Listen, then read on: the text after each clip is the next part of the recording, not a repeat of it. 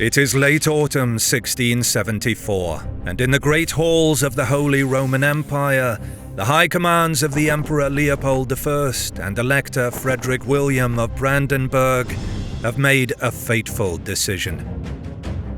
Following the despoliation of the Palatinate by the forces of the French King Louis XIV, and with French gains in the war against the Dutch Republic increasing on the victory of the Great Conde at Senef the previous August, the Imperial Alliance has decided that France itself will be subject to invasion, and the war taken to the very soil of the Sun King.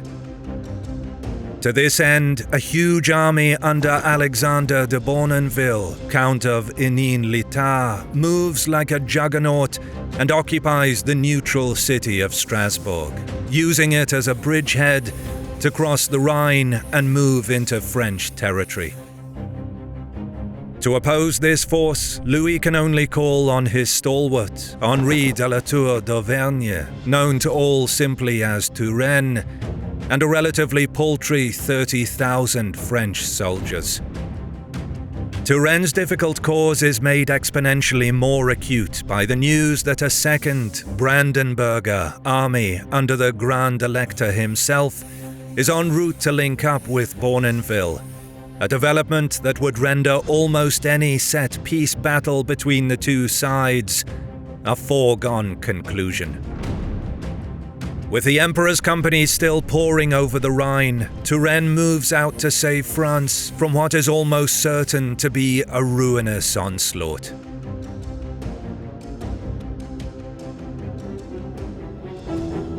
The French state of Louis XIV is a wonder of the early modern age.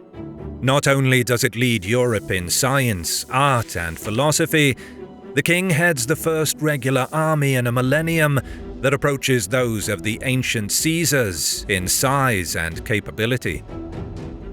While the medieval armies of the French kings had numbered barely over 10,000 men during peacetime and increased by one or twofold by the hiring of mercenaries or the drafting of high nobility and their retainers, Louis had built on the considerable advancements of his namesake father. And now, with his conflict against the Dutch and the Empire raging all around his borders, his army numbers close to 300,000 men, an astronomical force. Yet only a fraction of these are available to Turenne in the declining months of 1674. The main French field army is to the north with Conde, mopping up in the aftermath of Senef, and the rest are occupied with operations against the still dangerous Spanish in the shadow of the Pyrenees to the south. Turenne looks at his situation while Bournonville musters to reduce the Rhineland, and he realizes that to sit in a defensive posture is to invite his already fragile force to melt away due to desertion and disease over the debilitating winter. The Frenchman thus decides that élan will be the order of the day, and he sets out to confront his enemies and prevent their union. With Bournonville's main force at Entzheim, Turenne arrives at Mulhouse on the 3rd of October, having marched his men through the night. This position has the effect of disrupting Bournonville's contact with his main headquarters at Strasbourg, but Turenne is not finished yet. The next day, the 4th of October, he marches out from Mulhouse to confront the Imperials. Bournonville is confident enough in his superiority to march and meet the French, but he deploys in a defensive posture, reasonably gauging that the cold and precipitous conditions will favor the stationary host.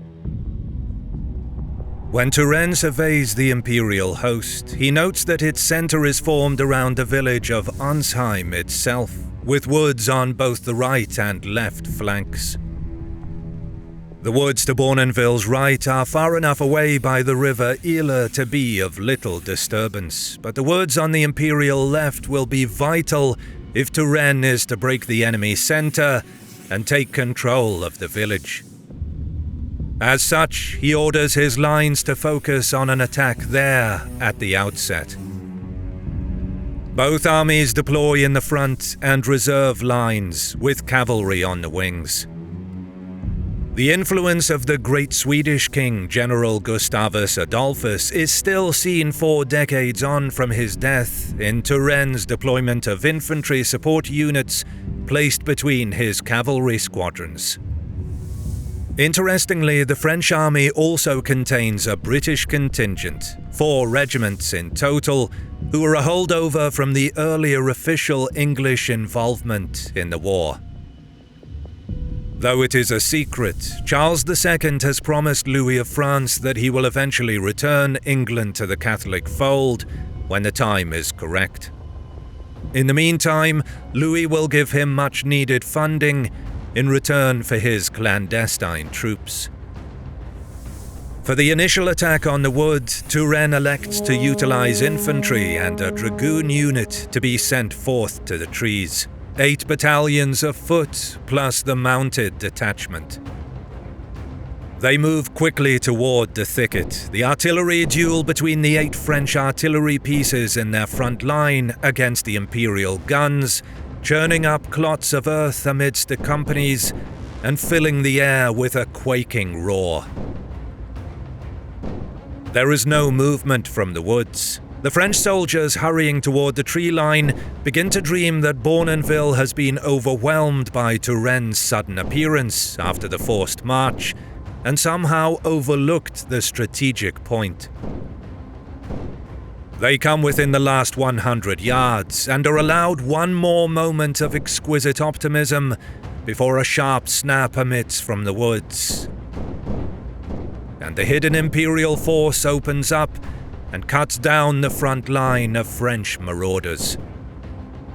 Bournonville has indeed recognized the importance of the woods, and so they have been solidly reinforced with 8 guns, as well as half a dozen battalions of infantry, who are now firing on the floundering Frenchmen. The dragoons attempt to charge, but it comes to naught save death and injury, and even though the French officers quickly bring their men to order and fire in volleys, the hidden enemy within the woods has an open target on Turenne's men in the open. The French infantry and the dragoons try again, but the woods are too well defended. Withdrawal is the only option, save suicidal frontal attack. It is a dispiriting setback, but Turenne knows that he must have the woods if he is to have the battle, and so he draws companies from the reserve. 2 of the regiments from the reinforcements are of the British Brigade, and they number amongst their officers one John Churchill, the future Duke of Marlborough, and a man pivotal to British and European history. In spite of Churchill's presence amidst his compatriots, the second operation to seize the woods is no more successful than the first, and the 2 sides settle into a grim back and forth of musket and small artillery fire. The October cold has not abated with the onset of afternoon, and the rain has continued to fall, hampering the ability of both sides to bring their main guns to bear in the contest.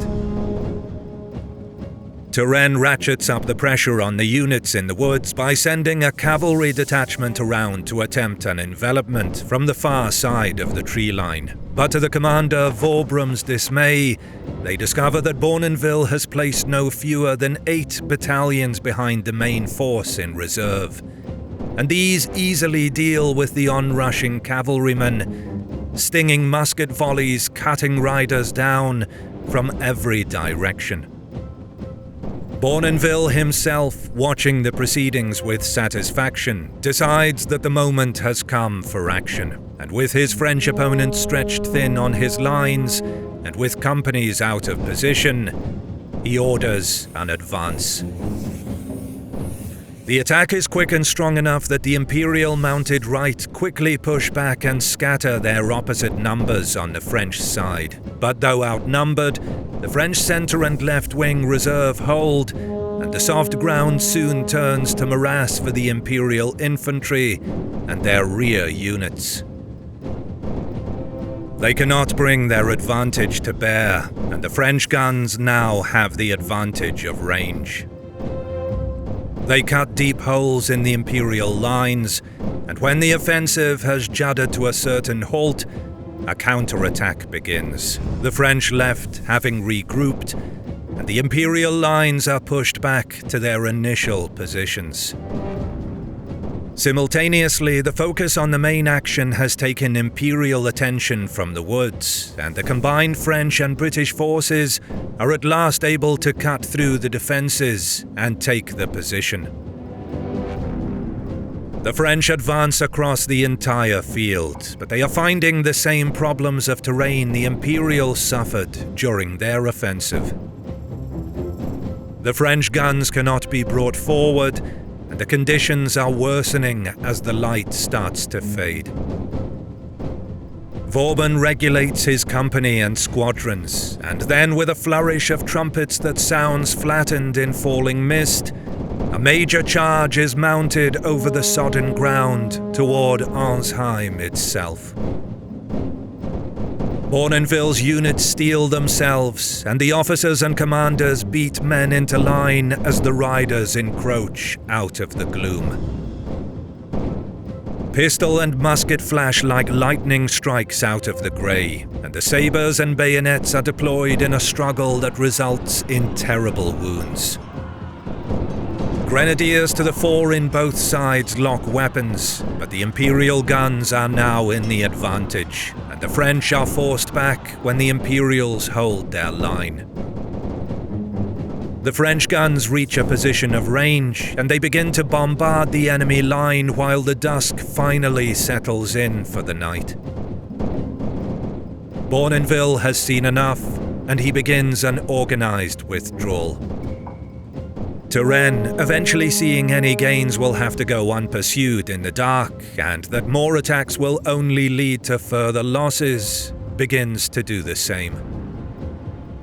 Only a holding force of French cavalry is left on the field, and that too departs into the night. The French call the Battle of Entzheim a great victory, but the fact is that Bournonville and the Great Elector can now unite and still stand ready to invade France again when the new campaign season begins in the spring. Thus, Turenne elects to do what no one expects, and many believe to be impossible. At his new headquarters in Dietwiller, he prepares for a winter offensive. From Louis comes royal assent, and from the army of Conde, the king sends 20 infantry battalions and 24 cavalry squadrons to aid in the effort. The man who has virtually invented the role of Minister for War, François-Michel Letellier, the Marquis of Louvois, begins the organization of the massive amount of food, fodder and clothes for the men who will fight the winter battles. Turenne also receives around 6,000 men under the command of the Marquis of Crequi, but he dismisses them within 7 days, for they are ill-disciplined, old-style units raised by entitled nobles, and the French army is now a place for real fighting men, professional soldiers in all but name. As the snow starts to fall and Turenne waits for Bournonville and the Elector to let down their guards, Louis puts the royal power behind an even greater effort to draw supplies from the nearby provinces to keep the army in the field.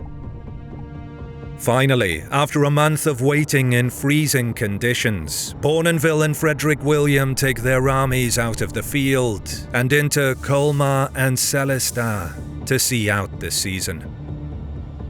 It is the moment Turenne has been waiting for. He makes a show of going into winter quarters himself, placing token garrisons in towns like Saverne, Haguenau, Rambervillers, and Remiremont. But instead of staying in camp, he sets out with his strongest men and animals 2 weeks before Christmas. It is a bold move. To elude spies and scouts, he leads his men through a snowstorm and heads for the Vosges Mountains. He breaks the army into smaller detachments to take different routes, and over the next fortnight they battle against the cold to reach Alsace. Finally, they emerge from the beach and spruce-lined trails, to the shock of the townspeople of Belfort, as they ready themselves for the holy season of Christ's birth. The Imperial Army, led by Bournonville, is spread out across Alsace, thinking they have the region secured. But Turenne catches them off guard.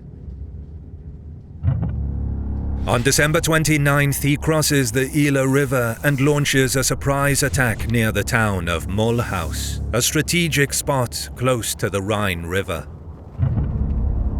Bournonville did not expect the French to show up in the middle of winter. The scattered Imperials scrambled, but could not effectively coordinate a defense. Turenne's winter maneuver was risky, but it paid off. Led by Montauban, the French cavalry strikes hard and fast, hitting the Imperial left held by Hermann of Baden-Baden. The Imperials had managed to take a defensive position, with their left resting on the forest and their right anchored near the town.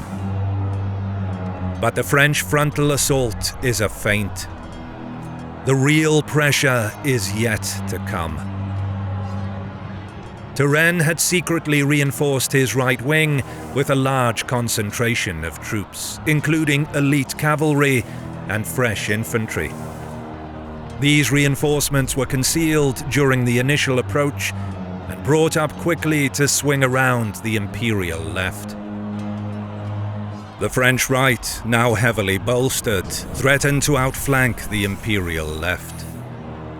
The shock of this sudden mass of fresh French troops caused the collapse of Hermann's left wing. Once the left gave way, the rest of the Imperial line became exposed and started to fall back in disorder.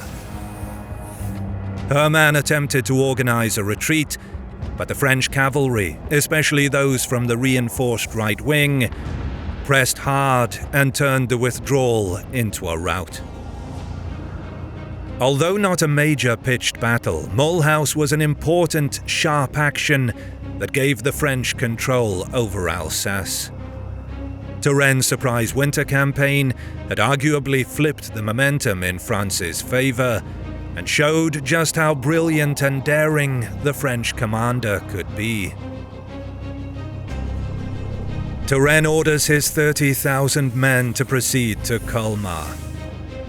By now, Bournonville and the Great Elector, who had arrived in the wake of Entzheim, had realized the staggering audacity of their opponent's maneuver, and they rushed to take their unconditioned men from their billets and back into the field.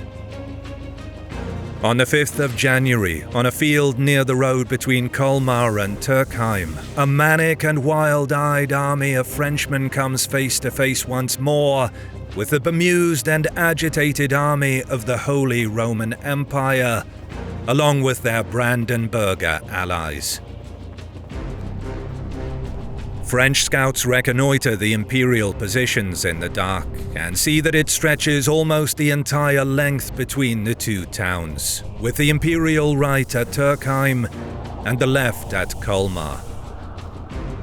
This left flank is protected by the Loch, Thur and Ille rivers, while the right is bordered by the Fech, of which a tributary seems to run entirely in front of the army's forward position.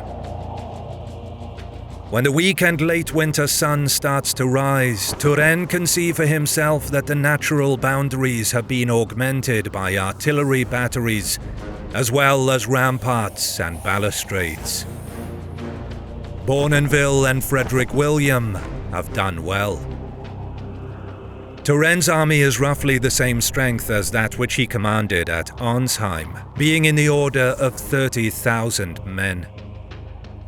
Bournonville's army is still larger, however, anywhere from a couple of thousand greater than Turenne's roster to 50,000 in total.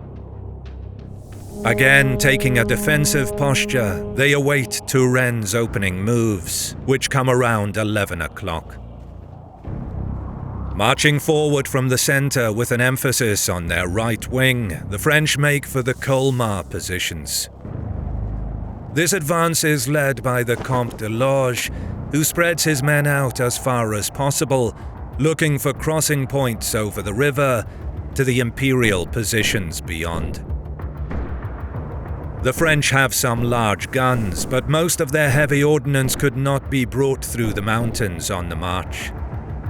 Nevertheless, the offensive is sustained to such a degree that Bournonville and Frederick William begin moving troops from the centre and the environs of Turckheim to reinforce their left. Once again, this is the action for which Turenne has been waiting. He has secreted himself on his own far left wing, behind a hill in a gorge which led between two spurs of the Vosges mountains. From there, Turenne leads his concealed force on a wide march around the gorge, emerging at the Fech River on the outskirts of Turckheim. In the meantime, the battle at the centre and around Colmar continues with constant exchanges, but the two infantry centres of the armies grapple from a distance, the blizzards of musket balls never extending to a close order clash with bayonets. The Imperials, realizing their mistake in ignoring their right, rush units into Turckheim. 6 guns, 12 battalions and several squadrons of cavalry. But Turenne, despite holding the advantage, decides to pause the assault. The battle settles for a time into a deadlock, with the Turckheim forces awaiting imminent deadly attack, and the main armies in Colmar still battling on in vicious but limited forays. Finally, when it appears that the Imperials will not simply withdraw from the field and spare the necessity of a costly fight, Turenne gives the order to advance at 3 o'clock. His cavalry units, having waited with exceeding discipline under the Imperial guns from Turckheim for what seemed like hours, now surge forward like furies unleashed from Tartarus, crossing the freezing river as though it were not there, and firing pistol and swinging sabre at the now confounded and rattled enemy. Everything happens in a rush. The Imperial defenders flee Turckheim, and Turenne is able to bring infantry into the village while his cavalry move forward to secure the outer section. But the Imperials launch a counterattack, brimming out of their still intact centre and with the regrouped elements of their right wing. For a moment, all hangs in the balance. The Imperials have the opportunity to catch Turenne's attack force and turn them, upending the result of the day and handing the French general a defeat that will open the doors of France to them. They might even come close to capturing or killing Turenne himself, for he is now in the town and caught up in the fighting. His cavalry commander Foucault has already been killed. The Imperials get within the town once more, and they can feel the hand of Providence at their back, pushing them forward. But they run into a wall of French muskets, fired with a frequency born of interminable drill and deadly accuracy from the same. The bravest men of the front fall, and then the attack pauses, giving the remaining French cavalry their moment to charge forward. The Imperial assault is repulsed, and retreat is the only option. The setting of the sun almost immediately after puts paid to any thoughts of forming another attack. Turenne holds the village, and when the sun rises next morning, he sees that Bournonville and the Great Elector have gone, robbing him of the chance of annihilating their army in its entirety, but leaving thousands of the dead in their wake. Turenne moves on and occupies Colmar, where he finds that the Imperials have left behind 3,000 of the injured in their rush over the Rhine and back to Strasbourg. The Rhineland is French once more, and Turenne, with his veritably insane gamble in crossing mountains during the midst of winter, has saved his nation from certain invasion and ruination. Louis awards him titles and cash rewards, and the Sun King's rule continues in the ascendant over the greatest power in Europe. If you like what you see, consider supporting my work on Patreon, and you get ad-free early access to my videos for as little as $1. You can also show your support by liking the video, commenting, and subscribing to my channel as a sacrifice to the algorithm. As always, I'll see you in the next one.